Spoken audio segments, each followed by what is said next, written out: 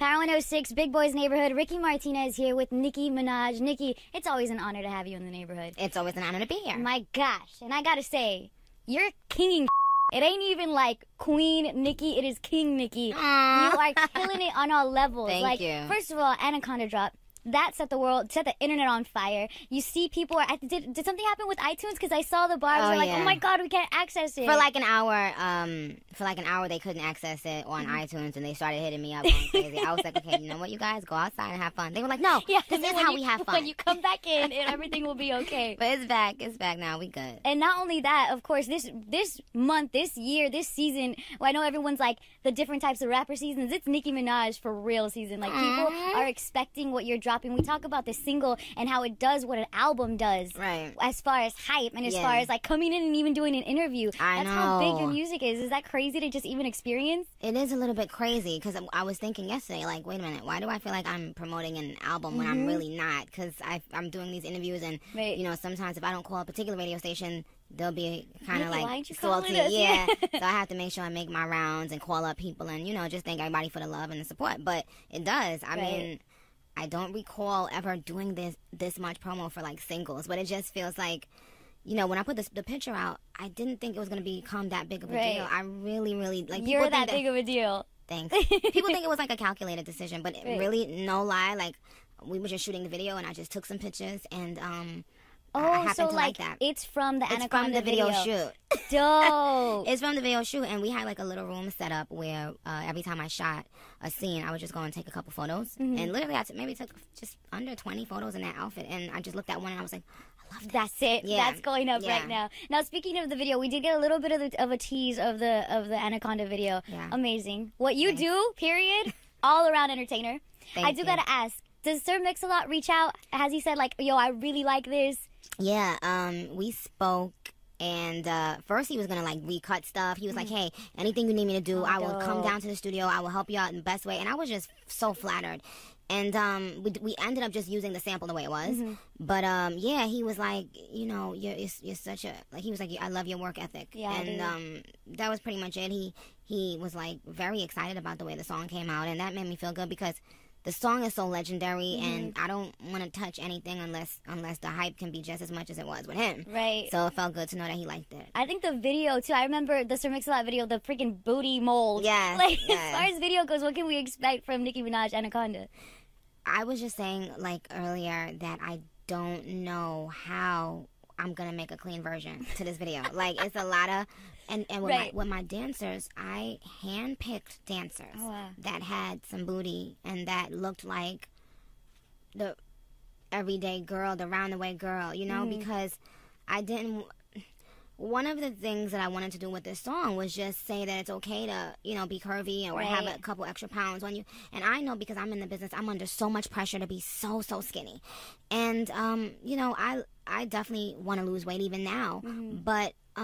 I don't want to send the message to girls that every time they look on this TV, they're going to see someone that's a size 1 because it's just not realistic. And so a part of me putting out that cover art was because, you know, the models, they're very slim. They put out pictures with their asses out all the time. And it doesn't seem vulgar or anything. Yeah, when you put on Instagram, like, the acceptables, and then it's you and it's unacceptable. Like, that really sends, like, more of a message. Because anybody could be like, no, Nicki, you're doing wrong. But it's like, look at these examples of people you don't say anything's wrong with. Yeah, and it's really the same picture. Like, it's really a thong. It's really ass cheese. It's really everything. Bent down, everything. Right, but people don't notice it, That's crazy. Now, let's go into Flawless, the remix. Nicki, this collab is amazing. Like, I was talking, this is the collab of this year. I haven't heard another record as big with two art. And, you know, a lot of people are like, damn, Nicki, how is it to collab with Beyonce? No, like, to me, it's Nicki and it's Beyonce. Just like it'd be like Hove and Kanye. You know what I'm saying? To see you both on a track and you both kill it, like, the Flawless itself, it just brings that much more energy to the record. Is that what you wanted when you got on it? Absolutely. I was like, you know what, if Queen B is going to approach me to get on a record, I am going to spend days writing, rewriting, recutting, whatever I have to do to make her excited about it. And what excited me was that her and Jay were excited about the verse. Well, with me, it was just like, I knew that not only the Queen was gonna hear it, but Jay was gonna hear it. Man. And they're both people that I just am so inspired by. So I definitely went hard to deliver, and she sent it back, and she had put stuff in there that I was like, oh my God, like yes, like it was like I was a fan as well, and I was just so excited by what she did, and I just thought everything fits so well, and I saw a lot of people on Twitter saying the remix doesn't feel like it was just thrown together. It feels like it was well thought out. Like, we're saying lines in between each other. Like, it just feels like girl power. Like, if you had to have a sound of girl power, it's an this epitome record, of what it is. Absolutely. Dude, what do you think of Beyonce's rapping? I personally love when Bey gets into it. When she goes into Beyonce. Right. Oh, no, hunty child. Beyonce is it. Beyonce. And that's Beyonce is it. Sometimes if I send her an email, I'll call her Beyonce, because Miss Thing, Beyonce is like serving. Yeah. You know what I mean? Like, I love that she always includes melody. So it's not like she's, I don't think she's trying to be a rapper. Right. I think she's doing her own thing in her own way. And I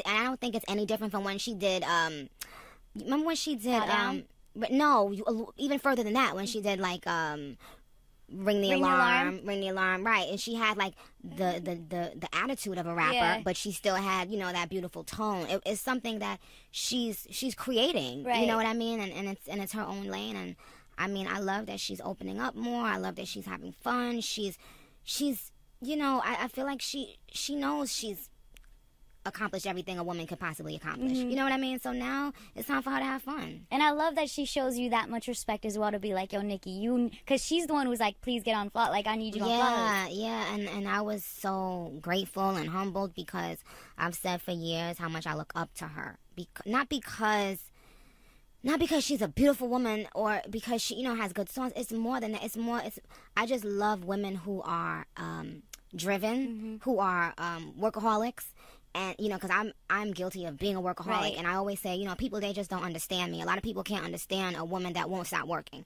And I feel like she's one of those women that, without me sitting down and speaking to her, I could see that in her years ago, and I was inspired by it. So, I mean, I just can't believe it all came out like this. And then on top of that, like, just interacting with her, she's been so sweet. She's been so humble. She's been like just so pleasant to deal with. Yeah, man. And let's just going into just what this is doing and how the feeling is for the pink print. I don't even like you already have people buying this thing and they haven't heard much but like this and Pills and Potions. It's such a beautiful thing to see people kind of rally behind Nicki Minaj. And I do want to talk about Pills and Potions, because to me, when I heard the record, I kind of felt like this song, whatever you're feeling towards somebody, to me, I put it to a person. Like someone that I love but I can't be around because maybe it didn't work out. Right. That song and the feeling, did you expect it for like it to mean that much to people?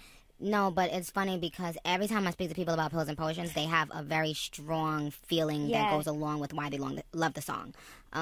Recently the record came back top 5 in research at Urban and Rhythmic Radio, and even some of the program directors were like, we're shocked, we're surprised, because it's slow and it's harder for mid-tempo or slow records.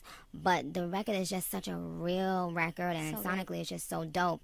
And I love that people, no matter who you are, no matter how you look, no matter where you live in this world, you can relate to Pills and Potions. That's so true, in whatever aspect it means to you. Right.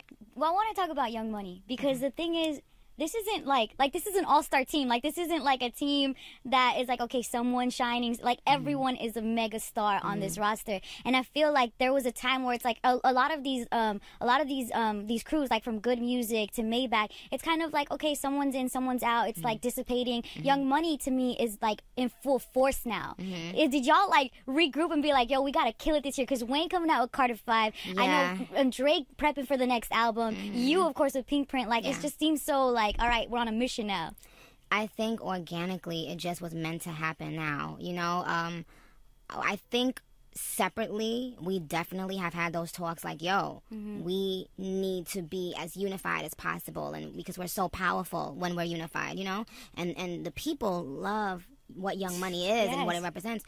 And I know that separately, like, I've had talks with Drake, I've had talks with Wayne, I've had talks with Mac Main, Tyga. We all feel the sense of remaining the number one crew in rap and owning that. We own that. We don't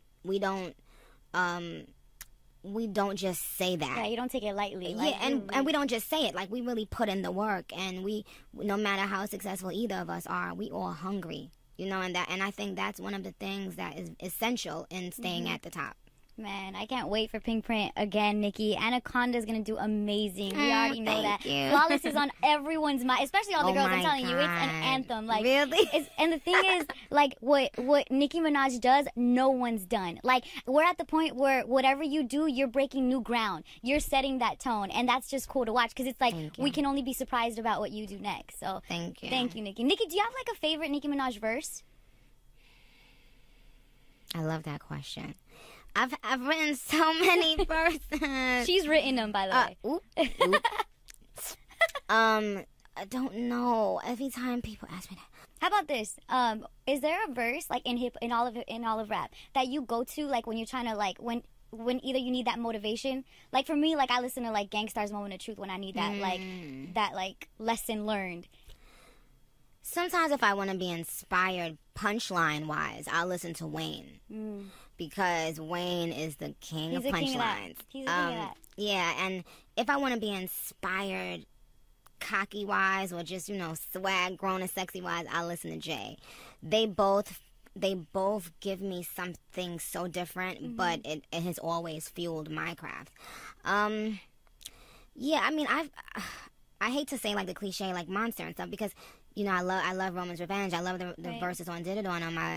I love my record, you know, No Flex On and Danny Glover and Boss Ass Bitch, and there's so many that I put out this year alone. But girl, one thing about me, I forget very easily what I do. Like, I could put a song out today and I will literally forget it in 3 days. I'll forget the words, everything. My fans will be like, "What the hell is wrong with you?"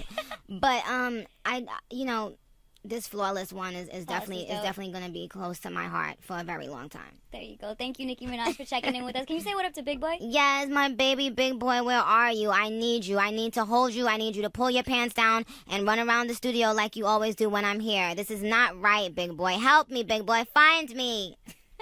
Thank you, Nicki. Thank you.